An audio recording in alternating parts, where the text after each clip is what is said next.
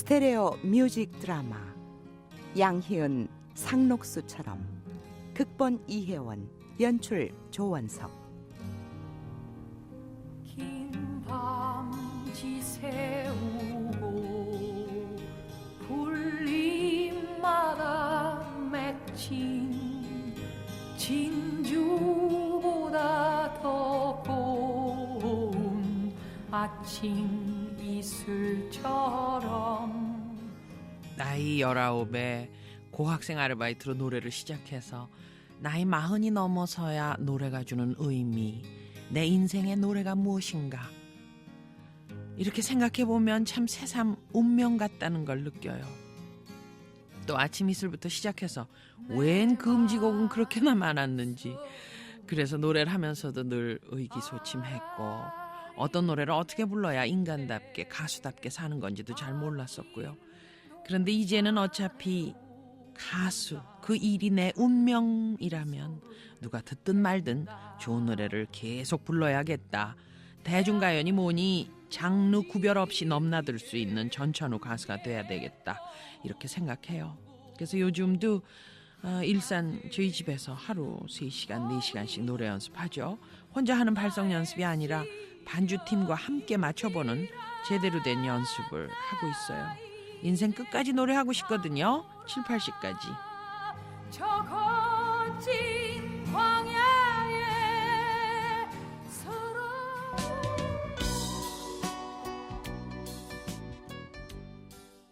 양희은 1952년 서울 출생.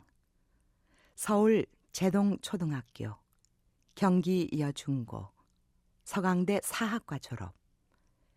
71년 아침 이슬로 가요계에 데뷔해서 이루어질 수 없는 사랑, 작은 연못, 상록수 등등 사람에 대한 사랑, 그래서 겪게 되는 아픔, 그 쓸쓸함을 노래에 녹여낸 70년대 청년 문화의 상징.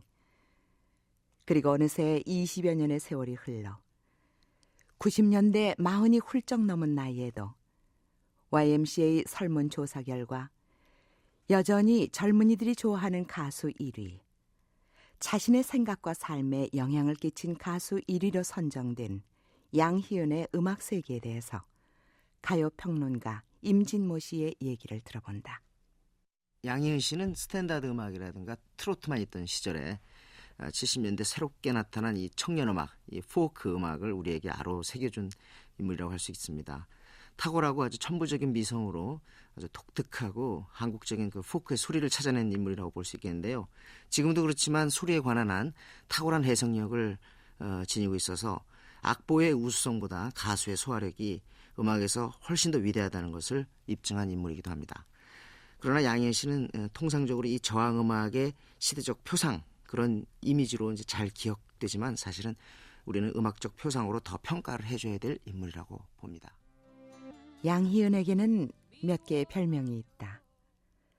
코 흘리기 어린 시절에는 막둥이 구봉서 흉내를 잘 낸다고 여자 구봉서라고 불렀고, 중학교 들어가서는 키 큰 아이로 불렸다. 중고교 6년 동안 꽁지번호만 차지할 만큼 키가 컸기 때문이다. 좀 더 가까운 친구들은 야문들하고는 하나도 없이 물러터졌다고 물렁팥죽이라고 부르기도 했고, 30이 넘어 가까워진 후배들에게는 화곡동의 맨홀 뚜껑이라고 불리기도 했다. 사는 동네가 화곡동인데다가 가끔 후배들을 야단칠 때는 밤길을 걷다가 느닷없이 열린 맨홀 뚜껑 사이로 빠진 것처럼 황당하게 혼쭐을 내기 때문이라는 것이다. 또한 선배들은 양희은을 양미련 여사라고도 부른다. 도대체가 영악하지 못하고 눈치도 없고 요령도 없는 애가 있는 대로 미련을 떨기 때문이란다. 아무튼 이 많은 별명 중에 양희은은 양미련 여사를 제일 좋아한다.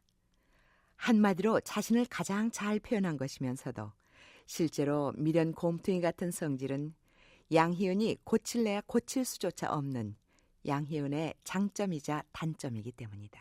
양희은의 아버지는 육군 사관학교 출신의 군인이셨고 어머니는 패션 디자이너셨다. 희은은 딸만 셋 있는 집의 장녀였지만 어머니한테 유별나게 희은만 매맞고 자랐다. 어려서부터 장난이 심하기도 했지만 2살 터울인 어린 동생 희경을 맨날 일러 바쳤기 때문이다. 어머니 안녕히 다녀오셨어요? 잘들 놀았니? 네. 싸우진 않고? 엄마. 왜? 엄마 오늘요. 희경이 또 혹장난했어요. 제 손톱 좀 봐요. 검은 때가 쫙 꼈잖아요. 그러는 넌? 전 안 했어요. 엄마가 흑장난하면 혼내준다고 하는데 어떻게 해요? 내가 언제 그랬어? 네가 안 그랬어. 내가 다 봤어. 해출 가져와. 네. 종아리 걷어. 언닌 손 나빠. 손 고자절쟁이야. 어제도 일러 바치고 오늘도 일러 바치고. 나도 이제 언니만 일러 바칠 거야. 마음대로. 어서 종아리 걷지 못해? 희은이 너 말이야. 네? 제가 왜요? 언니가 돼갖고선 매번 동생이나 일러 바치고 그게 언니가 할 짓이니? 동생은 언니가 뭐 잘못해도 행여 언니 혼날까봐 쉬쉬하는데 언니란 것은 동생이 뭐 잘못하면 얼씨구나 좋다구나 냅다 일러 바치니 뭔? 엄마.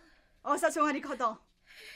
엄마가 하지 말아라 하는 걸 한 사람도 나쁘지만은 그걸 일러 바치는 사람은 더 나빠. 어서 종아리 걷지 못해? 어서 종아리 걷어.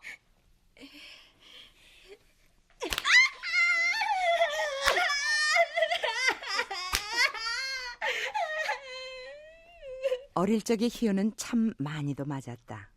대부분 동생을 일러 바치는 못된 언니라는 이유였는데 희은은 도무지 어머니의 처사가 이해되지 않았다. 정작 매맞을 짓을 한 희경은 옆에서 구경하고 희은이 대신 맞을라 치면 그 서러움이 너무도 컸다. 우리 엄만 계모야. 그래서 날 때린 거야. 그럼 날 낳아주신 우리 엄마는 어디 계실까? 아마 저 하늘 아래 어딘가에 있겠지.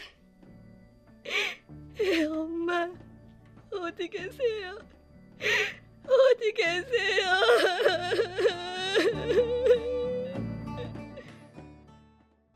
양희은이 자란 곳은 삼천공원과 가회동 언덕이었다. 그때는 수돗물이 귀해 우물이나 펌프물을 길어 먹던 시절, 케이크보다는 떡을 해 먹던 시절, 라면이 나오기 전, PVC가 나오기 전, 계란 아이스케이크와 석빙고 아이스케이크가 있던 시절이었다. 새우젓 사려 조개냐 새우젓 사려. 희은의 집 앞에는 매일 많은 행상들이 오갔다. 채권 장사, 새우젓 장사, 푸성귀 장사, 떡 장사, 엿 장사, 고물 장사, 찹쌀떡, 메밀묵 장사 등 그 가짓수도 다양했다. 희은은 그 장사들을 볼 때마다 언제나 한마디씩 했다. 아저씨, 나 좀 어디 데려가요. 네? 그날도 희은은 마침 다가오는 새우젓 장사 할아버지와 마주쳤다. 새우젓 사려 조개냐. 자 새우젓이 왔습니다. 새우젓 사려 조개냐. 에? 왜? 새우젓 좀 주랴? 그게 아니고요. 나 좀 어디 데려가요. 네? 아이 어디를? 할아버지 가는데요. 내가 어디 가는데? 그걸 내가 어떻게 알아요? 아니 그것도 모르면서 날 따라와서 뭘 어쩌자고? 너 그러다가 내가 팔아먹으면 어쩌려고 그래? 너 엄마 없냐? 의상실에 갔어요. 아빠는? 회사 갔어요. 그럼 집에 아무도 없어? 동생들이 있긴 한데요. 걔네들하고 놀면 재미없어요. 아유 그나저나 니네 새우젓 안 사냐? 니네 집에 그 새우젓 있어? 몰라요.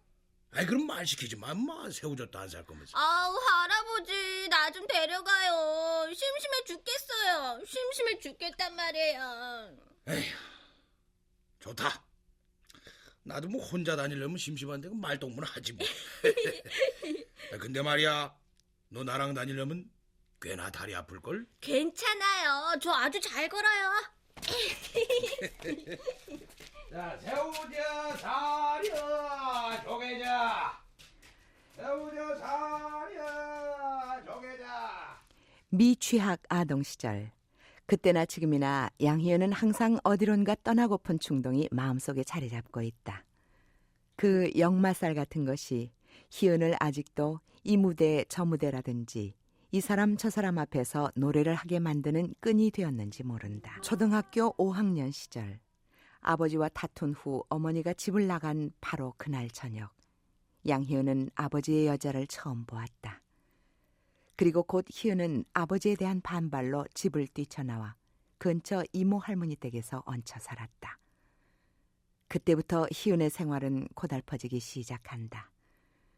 하루는 엄마를 찾아 용두동의 외가로, 하루는 동생들을 보러 가회동 본가로, 그리고 이모 할머니 댁의 익선동으로 탁구공처럼 오락가락했다.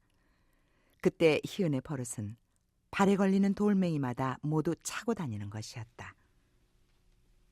엄마, 희경인 잘 있니? 잘 있기는 구박덩어리지 뭐. 그래도 희경인 마음이 착하고 순해서 어디서든 잘 적응할 거야. 하여튼 걘 바보야 바보. 누가 뭐래도 대들지도 몰라. 희정인 걘 배신자야. 배신자? 얼마 전에 집에 갔더니 그 여자 무릎 위에 앉아서 재롱 떨고 있더라고. 머리는 이상하게 파마하고 어디서 레이스 주렁주렁 달린 예쁜 옷은 입고. 나쁜 년.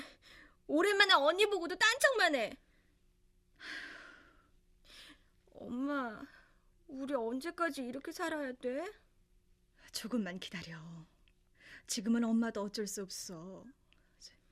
이럴 때일수록 희은이 너 정신 바짝 차려야 한다.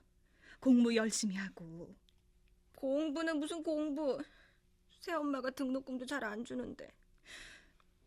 희은아. 그리고 나만 열심히 하면 뭐해. 집안꼴이 이런데. 중3 겨울방학을 앞두고 결국 희은은 엄마와 두 동생과 다시 합치게 되었다. 급작스럽게 아버지가 돌아가신 2년 후의 일이었다. 엄마와 모여 살게 된 일은 좋았지만은 도무지 마음이 잡히질 않았다. 학교에서나 집에서나 마음은 늘 허공에 붕 떠 있었다. 마음이 답답하고 허전할 때마다 언덕에 올라 고래고래 노래를 해야 되는 게 고작이었다. 비가 오거나 눈이 오면 아예 학교도 가지 않았다. 집에서 책을 읽거나 음악을 들었다. 결국 대학에도 낙방했다. 그리고 재수생이 돼 친구들과 함께 갈 곳 없는 젊은이들의 집이라는 부제가 붙은 명동 YWCA 청개구리 다방에 갔다. 그곳에서 양희은은 처음 김민기를 만났다. 김민기의 노래 솜씨는 희은에게는 혁명이었고 그의 노래하는 모습, 빛나는 눈빛, 그의 놀라운 기타 솜씨는 희은의 마음을 사로잡기에 충분했다. 아버지 없지요? 청개구리에서 리사이트를 하게 된 양희은이 김민기의 반주를 부탁하러 갔을 때 양희은을 보며 김민기가 처음 한 말이었다. 웬 자다가 봉창 두드리는 소리인가. 고등학교 때부터 왔다 갔다 하는 거 많이 봤어. 어디서요? 언젠가 YMCA 유도부 대련날 온 적이 있지? 예. 물론 날 기억하지는 못하겠지만 그날 내가 어땠는 줄 알아?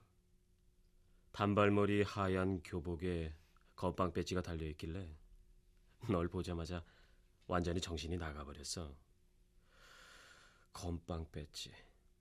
그래, 순전히 배지 때문이었어. 그래서 대련에 붙자마자 우습게 넘어가 버렸잖아. 그런데 그때 내 방귀 소리 들었어? 난 그 소리를 건빵이 들었으면 어떡하나 너무 신경 쓰다 그냥 넘어간 건데.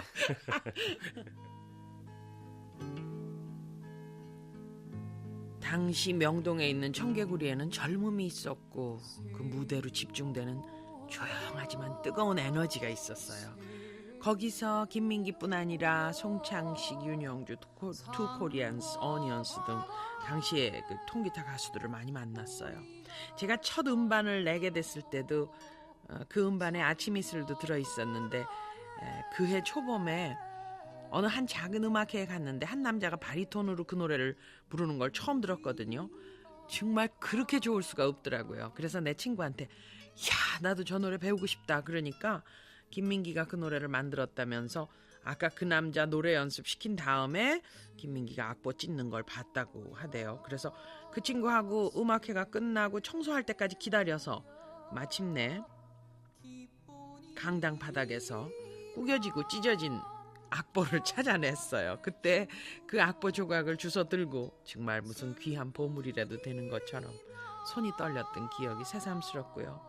아침 이슬은 나오자마자 건전가요로 문화공보부 장관상을 받았는데 몇 년 지나서 어느 날인가는 또 무슨 이유인지 하여튼 금지곡으로 바뀌었더라고요. 참 답답했던 세월이었죠. 양희은은 집안 살림을 책임져야 했던 19살 때부터 가계부를 써왔다. 그리고 그때 쓰기 시작한 가계부는 가정주부가 된 지금까지도 쓰고 있다. 송창식 선배, 저 돈이 좀 필요한데 노래하게 해주세요. 얼마나? 많으면 많을수록 좋죠 뭐. 웃지 마세요. 난 하기도 싫은 일을 돈 때문에 억지로 해야 하는 심정 몰라요? 뭐가 그렇게도 하기 싫은데? 난 내가 돈 받고 노래할 줄은 정말 꿈에도 생각지 않았던 거예요. 아니 그럼 아버지만 살아계셨어도 난 이렇게 안 해요. 천만에 넌 어차피 가수가 됐을 거야. 형은 무슨 근거로 그렇게 말씀하세요? 너 고등학교 축제 때 나와 함께 노래 불렀던 거 기억나지? 그때 반주해주면서 내가 무슨 생각한 줄 아니? 이제 곧 큰 가수가 하나 나겠구나 그런 생각했어.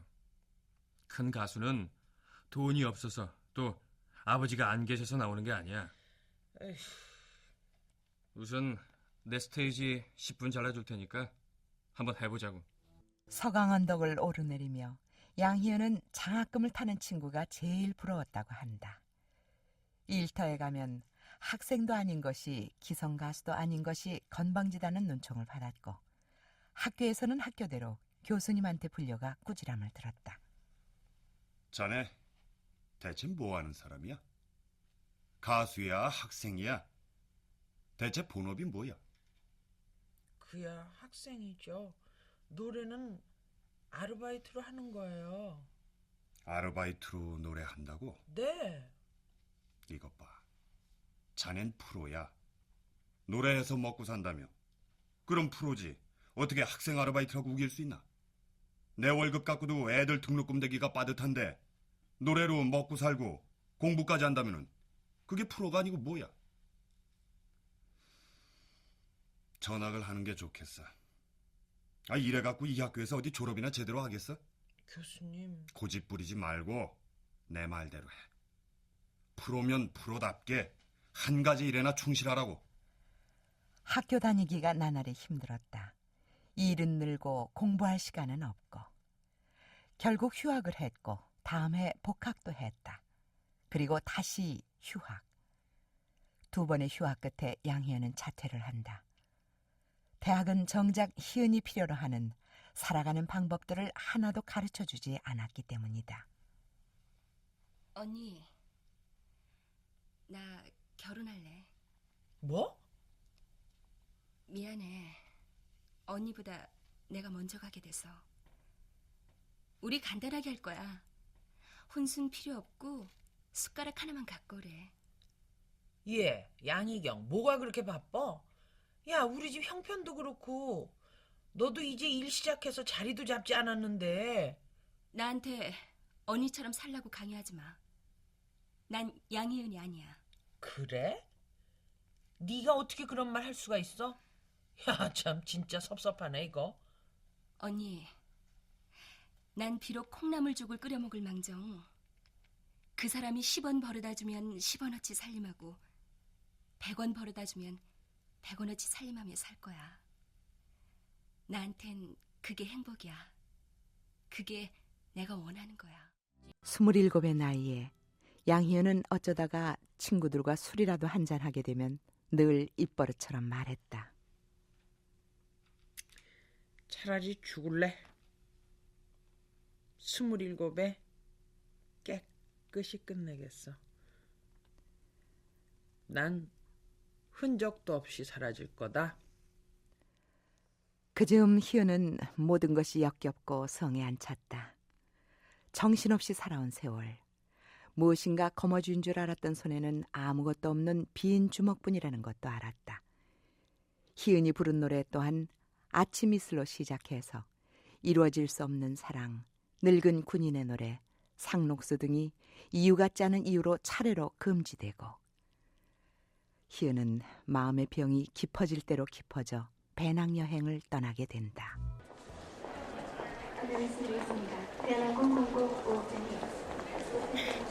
언니, 여행 좋았어?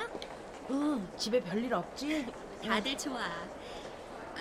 근데 언니 왜 이렇게 살이 빠졌어? 몰라. 요새 좀 속이 불편하더라고. 배도 안 고프고 먹어도 잘 소화가 안 되고 그래. 왜 그러지? 이상하네. 얘 이상하고 뭐가 이상하냐. 남들은 물만 바꿔 먹어도 탈이 난다는데 객지로 떠돈 지가 벌써 몇 달이야. 여기저기 1년 반. 지치지도 않고 정말 죽어라 쏘다녔잖아. 아 참, 언니 경희 언니한테 한번 가보자. 그동안 나 그 언니한테 신세 많이 졌거든. 언니가 가서 인사 좀 해주라. 응? 당시 희경이는 둘째 아이를 임신 중이었다. 정기검진 받는 날 희은은 희경을 따라 인사차 병원에 갔다. 어쩐지 처음 보는 순간 심상치 않다 생각했더니 아니 자기 몸에 대해서 어떻게 이렇게 무식할 수 있는 거예요? 왜요? 근종이에요. 이 정도 크기면 20kg은 좋긴 나가겠는데. 예? 수술 준비하세요. 인사차 들린 희은과 마주한 의사의 직감으로 정밀 검사를 받게 된 희은은 얼마 후 수술실로 실려 들어갔다. 수고들 하세요. 마지막으로 노래 한 곡 좀 뽑을까요? 무슨 소리야? 마지막이라니? 사람 일은 모르잖아요. 어떻게 알아요? 아니 무슨 환자가 이래? 지금 장난할 때야? 그때 병원에서 의사 선생님이 나같이 말 안 듣고 속 썩이는 환자는 처음 봤다고 말씀하시더라고요. 근데 저는 어차피 살 사람은 살고 죽을 사람은 죽는데 참 유난 떨기가 싫더라고요. 그리고 무엇보다도 여행 중에 내 마음이 정말 가난했던 순간 인간적으로 나 자신도 믿을 수도 없고 앞날도 안 보이고 그럴 때 성경을 읽다가 하나님을 알게 됐어요. 그래서 비록 생명은 인간의 몸속에 있지만 그 주인은 사람 것이 아니라고 생각을 하게 된 거죠. 그 후로 대수술 한 번 더 받고도 이렇게 오래 살잖아요. 건강하고 말이죠. 누구나도 그렇겠지만은 양희은에게도 첫사랑이 있었다. 물론 짝사랑도 있었다. 그리고 그 첫사랑도 짝사랑도 까맣게 멀어져 갈 즈음 양희은은 서울에서 지금의 남편을 만났다. 87년 3월의 일이었다. 특별한 결혼관이 있나요? 결혼관이요? 왜요? 그럼 왜 아직 결혼을 안 하셨어요? 그게 뭐 때문에 궁금한데요? 아니, 그냥... 물론 결혼관 있죠. 아니 이 나이에 뭐 그런 결혼에 대한 생각도 없이 어떻게 세상 살아가요? 그게 어떻게 됩니까? 첫째는 같은 믿음을 가지면 좋겠고요. 둘째는 내가 좋아하는 사람이어야 해요. 이게 문제라고요. 내가 누굴 좋아해야지. 누가 먼저 날 좋아하면 난 닭살이 돋아서요. 큰일이네요. 저 때문에 닭살 돋을까 봐 걱정인데요. 난 내가 결혼하기 전까지만 해도 이 지구상에 숱한 사람들이 대체 어디서 어떻게 만나 어떻게 짝을 짓고 사나 참 제주도 용타 궁금했는데 36이 돼서 늦게 만나서 저도 알게 됐어요. 그리고 뭐 금세 결혼했죠. 얼마 지나지 않아 이제 남편 따라 미국으로 갔고요. 처음 3년 동안은 살림 하나하나 익히느라고 참 재밌더라고요. 그 살림 재미가. 근데 3년 지나고 나니까 좀 심심하고요.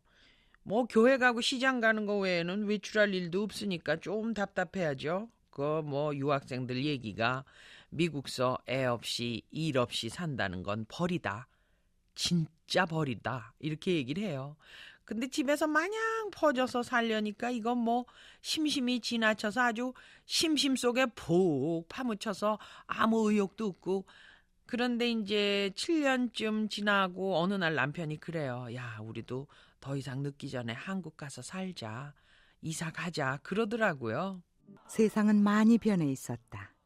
94년 콘서트를 시작으로 양희은은 다시 팬들에게로 돌아왔다. 70년대 양희은의 노래는 시대의 아픔이었다.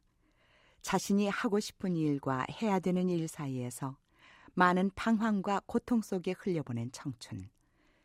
책임져야 할 부양가족이 있었고 노래하는 자유를 억압하는 군부 세력도 있었고 2차례의 생사를 오가는 병력도 쌓다 보니 양희은은 어느새 담담한 시선으로 인생을 바라볼 수 있는 여유가 생겼다. 그리고 그 여유 속에서 양희은의 노래는 더욱 투명하고 힘있게 울려 퍼진다. 28년간의 노래 인생. 나이 40이 넘어서야 노래가 자신의 운명임을 받아들이며 제2의 전성기를 맞고 있는 양희은에게 앞으로의 계획과 각오를 들어본다. 인생 끝까지 노래를 했으면 좋겠어요. 7, 80세까지. 그리고 대중음악에 있어서 그 우리나라 사람들 피 속에 흐르는 우리만의 선율은 어떤 건지 그걸 한번 캐내보고 싶고요. 분명히 우리 체질에 맞는 우리 것이 있다니까요.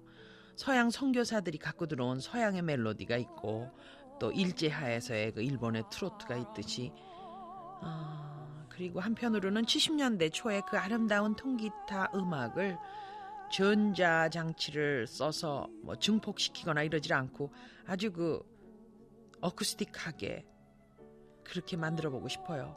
나는 음반도 찍어가질 않거든요. 모두 동시 녹음을 해요. 아주 미련한 작업이죠. 미련하지만 가장 기본적이고 원칙적인 것으로 돌아가고 싶어서. 근데 그게 말이 쉽지 참 엄청나게 고달프네요. 소리 소문 없이 그냥 하는 거예요. 조용히. 언젠가 일로 보여지겠죠. 일로 보여지기 전까지 고달픔이든 뭐든 그거야 뭐 자기 몫이죠. 출연 양희은, 은영선, 정소희, 오길경, 은미, 유동균, 원호섭, 이장원, 김승태, 정훈석, 해설 이선영, 그리고 음악 조병성, 효과 강성범, 안익수, 기술 양원식. 스테레오 뮤직 드라마 양희은 상록수처럼 이혜원 극본, 조원석 연출로 보내드렸습니다.